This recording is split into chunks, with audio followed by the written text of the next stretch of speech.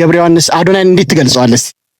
ፐርሰናሊ በአካል ስለማላውቀው እንጂ በስራው በጣም በተለይ ትላንትና ከትላንት ወዲያ የእህታችን የትናየትን ጉዳይ ቲክቶክ ላይ እንደቀልድ እንደዚህ ስነካካ ያዳመጥኩ ነበር። በጣም እውነት ከእድሜው በላይ እየሰራ ያለ የተባረከ ልጅ ነው። እድሜ ይርዘም። በጣም ደስ ብሎኛል። በዚህ መንገድ ገና እንታወቃለን። ስለዚህ አሁን ብዙ አላወራም። ስላሰበው ሐሳብ ግን እጅግ እግዚአብሔር ስሙ የተመሰገነ ይሁን። መልካም እንድታስብ የረዳህ እግዚአብሔር ስሙ ይመስገን። ልጅቷ በየዋህነት ፖስት አድርጋው ከዛ በኋላ ደግሞ ወደ ህብረተሰቡ እንዲደርስ የበኩላችሁን አስተዋጽኦ ያደረጋችሁ ወንድሞች በጣም ነው የማመሰግነው። ስፔሻሊ አንተም ምስጋና ይሁን። እጅግ አድርጌ አመሰግናለሁ ገብርዬ።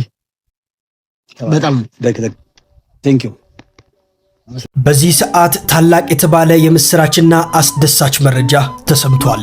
ለዘማሪው ገብረ ዮሐንስ እኛለን በማለት ሙስሊሙ፣ ፕሮቴስታንቱ፣ ካቶሊኩ፣ ኦርቶዶክሱ በአንድነት ቆመው ፍቅራቸው እየገለጹለት ይገኛሉ። አጥንት በሚያለመልሙ መዝሙሮቹ የሁላችንንም ልብ የነካው ዘማሪ ገብረ ዮሐንስ ዛሬ በአዶናይ አማካኝነት ታላቅ የተባለ የምስራች ተሰምቶለታል። ዘማሪ ገብረ ዮሐንስ አዲስ ቻሌንጅ ሊጀመርለት ነው ጋይስ። መኪና ከነሹፌሩ አዲስ ቻሌንጅ ሊጀመር ነው። ዝግጁ ናችሁ?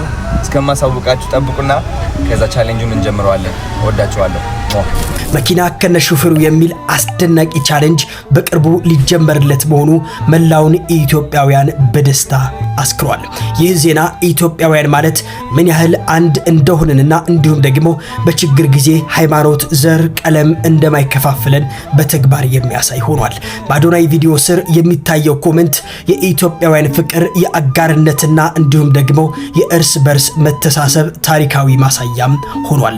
ታዲያ እናንተስ በዚህ ጉዳይ ምን ትላላችሁ? ሐሳባችሁን አጋሩ። ገብርዬ በጣም የምትወደው መዝሙር እስቲ ዘምርልኝ።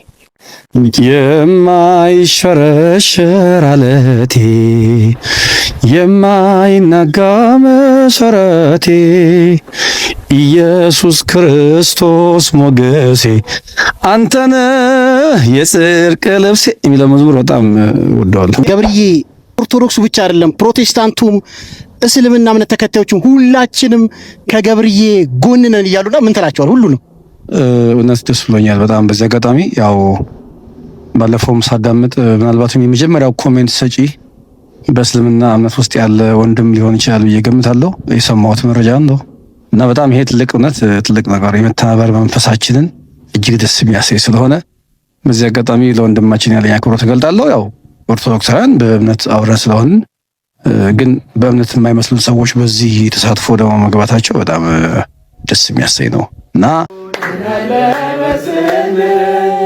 ድል አለ በስምህ ድል አለ በቃልህ ተራራው ይናዳል አማኑኤል ስልህ የምትለዋ ይህች መዝሙር እጅግ ጥልቅ የሆነ የእምነት የመታመንና እንዲሁም ደግሞ መናወጥ የሌለበትን የፈጣሪ ኃይል የሚገልጽ ነው። ታዲያ ይህ ቪዲዮ ለመዝሙር አፍቃሪ ጓደኛችሁ ላኩለት። ድል አለ በስምህ ድል አለ በቃልህ የምትለዋ ቃል ብቻ ፈጽሞ አይደለችም፣ በፈጣሪ ስም ውስጥ ባለው ጥልቅ ኃይል የምትገልጽ እንጂ። ስሙ ተራ ስም ሳይሆን ሰይጣንን የሚያሸንፍ በሽታን የሚፈውስና እንዲሁም ደግሞ የህይወትን መሰናከል የሚያስወግድ ስልጣን ነው። ተራራው ይናዳል አማኑኤል ስልህ የምትለዋ ቃል ደግሞ ተራራ በትልቅነቱ በማይደፈርነቱ የሚታወቅ የችግር ምሳሌ ነው። ነገር ግን አማኑኤል የሚለው ስም ሲጠራ የማይናዱ ተራራዎች ሳይቀሩ ይፈርሳሉ። መዝሙሩ ይቀጥልና ባህር ይከፈላል መድኃኔዓለም ስልህ። ይህ ቃል የሙሴን ታሪክ ያስታውሰናል። ባህር የመጨረሻው ተስፋ መቁረጫ ሲሆን መድኃኔዓለም የሚለው ስም ሲጠራ ግን የተዘጋ መንገድ ይከፈታል፣ ለሞት የተቃረበ ህይወትም ይድናል። የቆምነው ዛሬ በህይወት ስምህን አርገን ነው ጉልበት የምትለው ቃል ደግሞ ዛሬ ህያዋን ሆነን የምንታየው በውስጣችን ያለው ኃይል ሳይሆን በእምነት የተደገፍነው የፈጣሪ ስም ነው።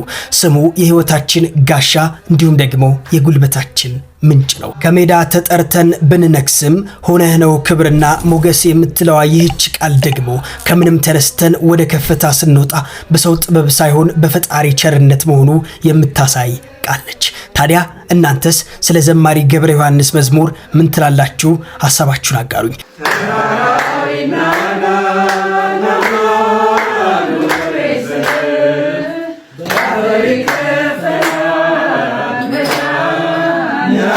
Yeah.